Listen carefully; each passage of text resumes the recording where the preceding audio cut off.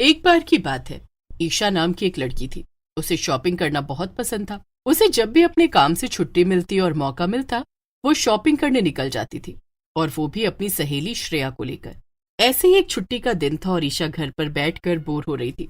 तभी वो श्रेया को फोन मिलाती है। हेलो श्रेया, क्या कर रही है तू? कुछ नहीं ईशा, बस खाना बनाने जा रही थी। आज छुट्टी है ना, तो सुबह देर तक सो गई, अभी उठी हूँ बस। अरे श्रेया, तो फिर तू खाना मत ही बना। क्या? मगर क्यों ईशा? क्योंकि हम मॉल घूमने जा रहे हैं श्रेया। हम वहां पिक्चर देखेंगे और फिर शॉपिंग करेंगे और खाना भी वहीं खाएंगे। क्यों, बढ़िया प्लान है ना? हाँ ईशा, एकदम बढ़िया प्लान है।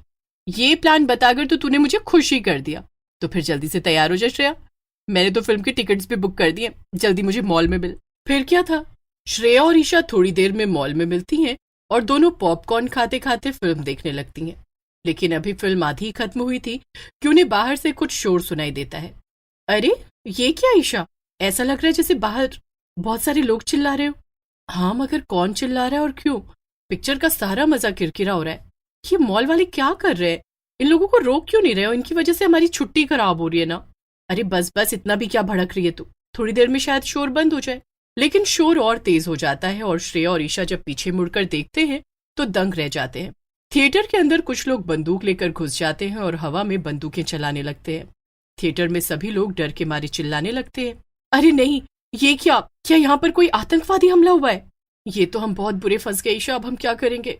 तभी उन बंदूक लिए आदमियों में से एक आदमी कहता है, चलो सब लोग यहाँ से बाहर निकलो, और वो भी बिना आवाज किए। अगर किसी ने भी ज्यादा चू चा की तो उससे तुरंत गोली मार दूंगा। श्रेया और ईशा के साथ साथ बाकी सब लोग भी हाथ ऊपर करके बाहर निकल जाते हैं और मॉल में एक कोने में खड़े हो जाते हैं।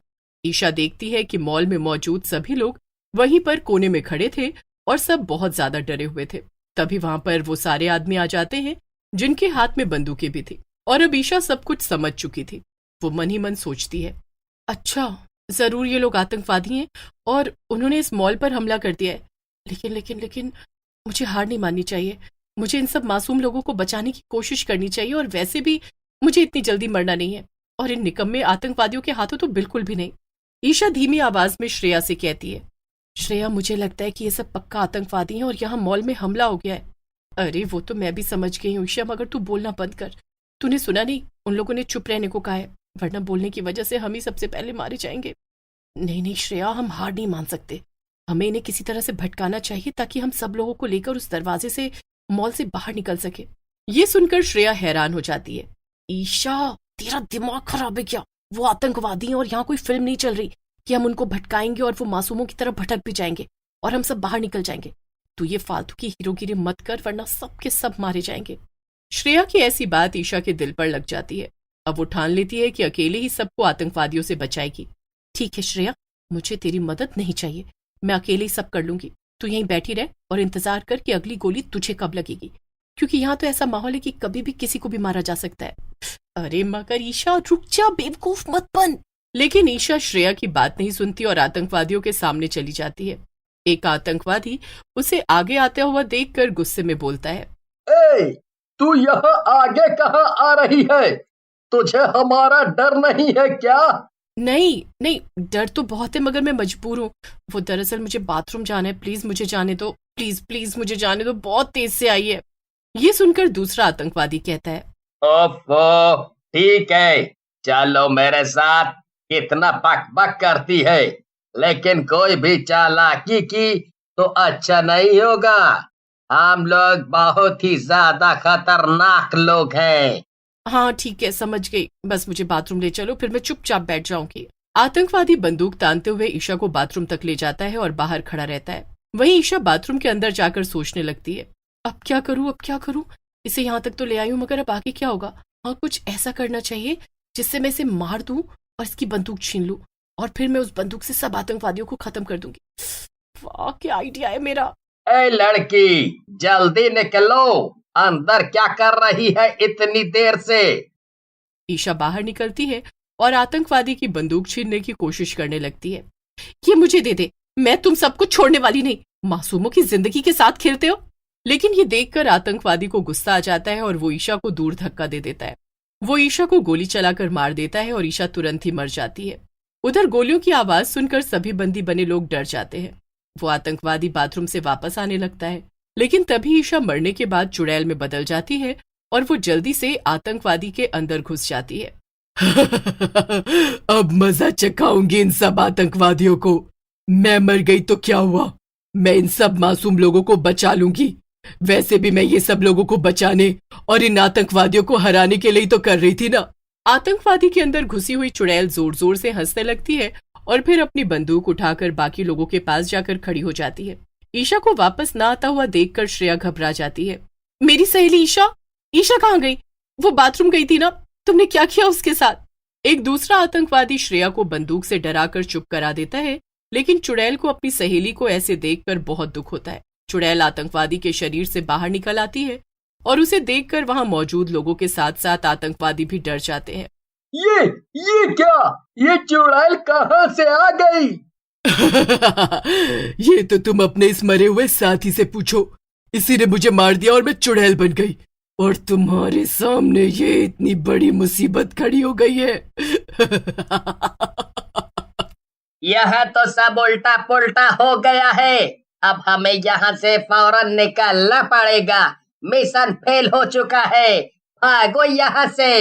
सारे आतंकवादी डर के मारे भागने की कोशिश करते हैं, लेकिन चुड़ैल मॉल के सारे दरवाजे अपने जादू से बंद कर देती है और जोर जोर से हंसने लगती है। अरे, तुम ही लोगों ने तो कहा था कि यहाँ से कोई बाहर नहीं जाएगा, और अब तुम लोग खुद ही भाग रहे हो। यहाँ से कोई कहीं नहीं जा सकता है। चुड़ैल को ऐसा करते देखकर श्रेया उससे कहती है, ये सब तुम क्या कर रही हो ईशा? अगर वो लोग यहाँ से भाग रहे तो ये सब तो हम सबके लिए अच्छा ही है ना, तुम उन्हें जाने क्यों नहीं दे रही हो? तू पागल है क्या श्रेया? वो लोग आतंकवादी हैं और यहाँ से तो डर कर भाग रहे हैं, लेकिन वो फिर से कहीं ना कहीं हमला करेंगे, इसीलिए मैं इन्हें नहीं जाने दे सकती हूँ। एक आदमी भीड़ में से बोल पड़ता है, ये तो तुम एकदम ठीक कह रही हो। इन्होंने हमें कितना डराया धमकाया और तुम्हारी जान तक ले ली। इन्हें ऐसे जाने मत देना। इन्हें इनके किए की सजा जरूर मिलनी चाहिए। बिल्कुल ठीक, इन्हें तो मैं छोड़ूंगी नहीं। ठीक है, तो अब अगर हम यहाँ से नहीं जा पाएंगे तो फिर हम जो करने आए थे वो करके ही मरेंगे। इतना बोलकर सभी आतंकवादी एक साथ गोलियां चलाना शुरू कर देते हैं। ये देखकर लोग डर जाते हैं और यहाँ वहां भागने लगते हैं, मगर तभी चुड़ैल को गुस्सा आ जाता है और वो सभी आतंकवादियों की बंदूकें छीन लेती है और उन्हें तोड़ देती है। बहुत हुआ तुम लोगों का नाटक, अब मैं तुम्हें मार डालूंगी। श्रेया एक पिलर के पीछे छुपकर ये सब देख रही थी, लेकिन तभी उसे एक विचार आता है। वो जल्दी से अपने फोन से पुलिस को बुला लेती है। चुड़ैल उन सबको मारने वाली थी कि तभी श्रेया उसके सामने आ जाती है और उससे कहती है, पागल मत बनो ईशा, इन्हें मारने से हमारा कोई फायदा नहीं होगा। तो तुम क्या चाहती हो, मैं इन्हें जाने दूं और दूसरों की जान लेने दूं? नहीं, मैं ऐसा बिल्कुल भी नहीं कह रही हूँ। मैं तो बस इतना कह रही हूँ कि इन्हें मारने के बजाय तुम पुलिस के हवाले कर दो, वही इनकी सही जगह है। पुलिस इन्हें पकड़कर इनसे सब सच उगलवा लेगी कि इन्होंने कहाँ कहाँ कितने जुर्म किए हैं, और तो और इनके ऊपर कौन कौन है उसका भी पता लगवा लिया जाएगा। ऐसे ही हम इन्हें रोक सकते हैं, वरना इन्हें मारकर भी कोई फायदा नहीं होगा।